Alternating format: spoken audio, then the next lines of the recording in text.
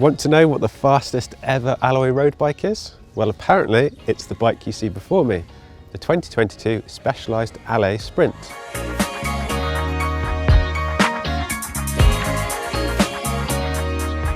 Now that's a tall claim in anyone's book, so I'm going to go over some of the highlights before delving a little deeper into that bold claim. Regular viewers might be wondering why our aero tech nerd Simon von Bromley isn't here. Well, he's not feeling well, so I've stepped in. I don't want to steal his thunder though, so I'm merely presenting this bike to you in Simon's words. Before we get started, why not subscribe to the channel for more great cycling content and the latest cycling tech news like this. The 2022 Allez Sprint borrows heavily from Specialized's World-Tour Level road bike, the impressive Tarmac SL7. And when I say borrows heavily, I mean this bike has identical geometry and tube shapes, optimised for aerodynamic efficiency and low weight. And at first glance, it's easy to see how similar the profiles are between the two bikes. Is it really a tarmac killer though? The impressive specs alone could well be enough to sway some riders, but let me know what you think in the comments. In terms of highlights, here are 5 things I think you need to know. Number 1, Specialized claims this new model is 41 seconds faster over 40 kilometers than the previous Allez Sprint disc.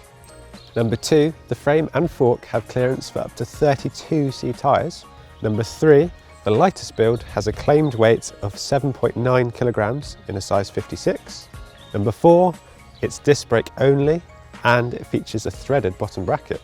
And finally, number 5, the tubes are welded together using Specialized Deluzio smart weld technology. And I'm really sorry if I pronounced your name wrong.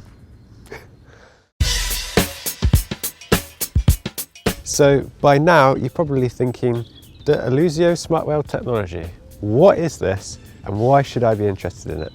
Well, the Allez Sprint features hydroformed aluminium tubes which are welded together using the aforementioned Deluzio smart weld technology. The process is named after Chris Deluzio, who was Specialized Director of Advanced Research and Design way back in 2013, when the technology was first used on the S-Works Allez.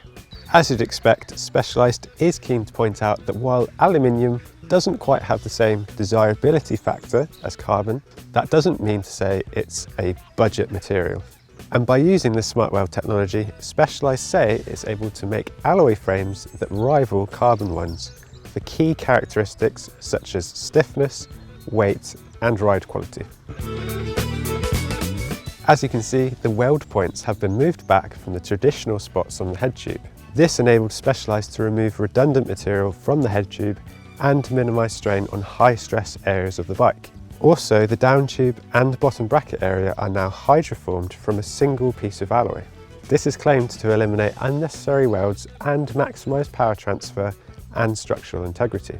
Specialized says these features make the 2022 Allez Sprint the world's first alloy superbike. Now, this is a slightly surprising statement considering the previous Allez Sprint disc has been raced by World-Tour pros and there has already been an S-Works Allez using similar technology as I mentioned earlier. This statement also ignores the fact that aluminium bikes were once used to win the biggest races in cycling before everyone started using carbon fibre. So perhaps it's more accurate to say this is the return of the alloy superbike. With that out the way, let's get on to the fastest alloy road bike ever claimed. As you can see, the truncated aerofoil shapes of the tubes and heavily dropped seat stays make the Allez Sprint look incredibly similar to the Tarmac SL7. You also get fully internal cable routing to keep things nice and aero. And the most expensive build gets the aerodynamically optimised S-Works Aerofly 2 road handlebar, again taken directly from the Tarmac SL7. These optimisations result in a claimed advantage of 41 seconds over 40 kilometers compared to the previous Allez Sprint disc.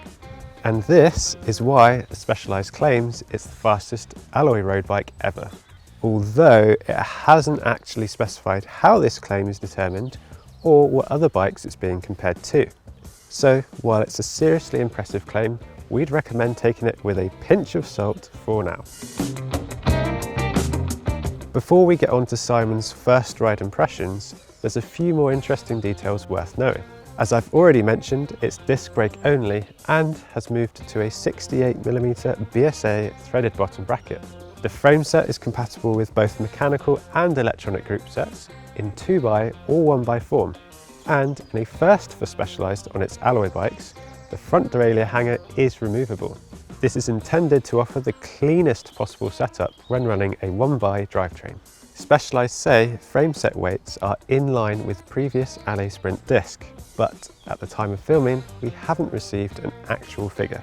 The claimed weight for the lightest, most expensive Allez Sprint limited build is 7.9 kilograms for a size large. But this size large Allez Sprint comp build weighs in at 8.8 kilograms, according to Simon's scales. There are just two build options in the 2022 range. The Allez Sprint Limited, which costs $6,800, and this one, the Allez Sprint Comp, which costs £2,650 or $3,000. But for all you UK viewers, unfortunately, the Allez Sprint Limited, the top spec version, is not available in the UK for now. If you fancy putting together a custom build though, it is available as a frame set for £1,599 or $1,799, and it comes in 6 different paint jobs. Finally, here are some of Simon's first ride impressions. And these really are first ride impressions. The bike just arrived, Simon rode it once, and we're rushing to get this video ready before the embargo. Out on the road, it feels remarkably similar to a good carbon road bike. If you blindfolded Simon, he's honestly not sure he could tell you the bike was aluminium rather than carbon. It might sound a bit silly to be comparing it to a carbon bike, as that's obviously not the point of this frame. But, like good carbon bikes, it manages to blend stiffness under pedalling with a ride that still feels comfortable, and that's mighty impressive. It handles really well too. Simon liked the relatively steep seat and head tube angles, the tight wheelbase and the racy position. It all makes the bike feel fast and exciting, but still gives you the confidence to rail corners. We can't speak highly enough of this current generation of Shimano 105. Ultegra used to be the budget racer's choice, but the performance of 105 is just so good now, it's hard to justify the extra money for something which doesn't really make you any faster.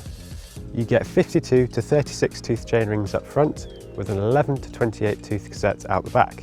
Now that's fairly aggressive gearing these days, but on a bike with racy aspirations, this kind of makes sense. The bike is spec'd with a medium cage rear derailleur though, so you could swap in a larger cassette if you wanted to. The Specialized finishing kit is all good quality aluminium stuff, and the Specialized power saddle is still a firm favourite here at BikeRadar. And if you did want to change the stem or bar to optimise your fit, that would be very simple, as the front end just uses standard parts. If there's a low point of this build though, it's definitely the wheels and tyres.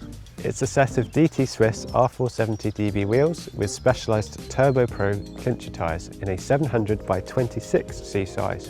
They're absolutely fine, but like lots of bikes at this price point, the Frameset is dying for something faster. Simon thinks swapping in some deep section wheels and some faster tyres could absolutely transform this bike, and could make it the Tarmac SL7 Lite it clearly wants to be.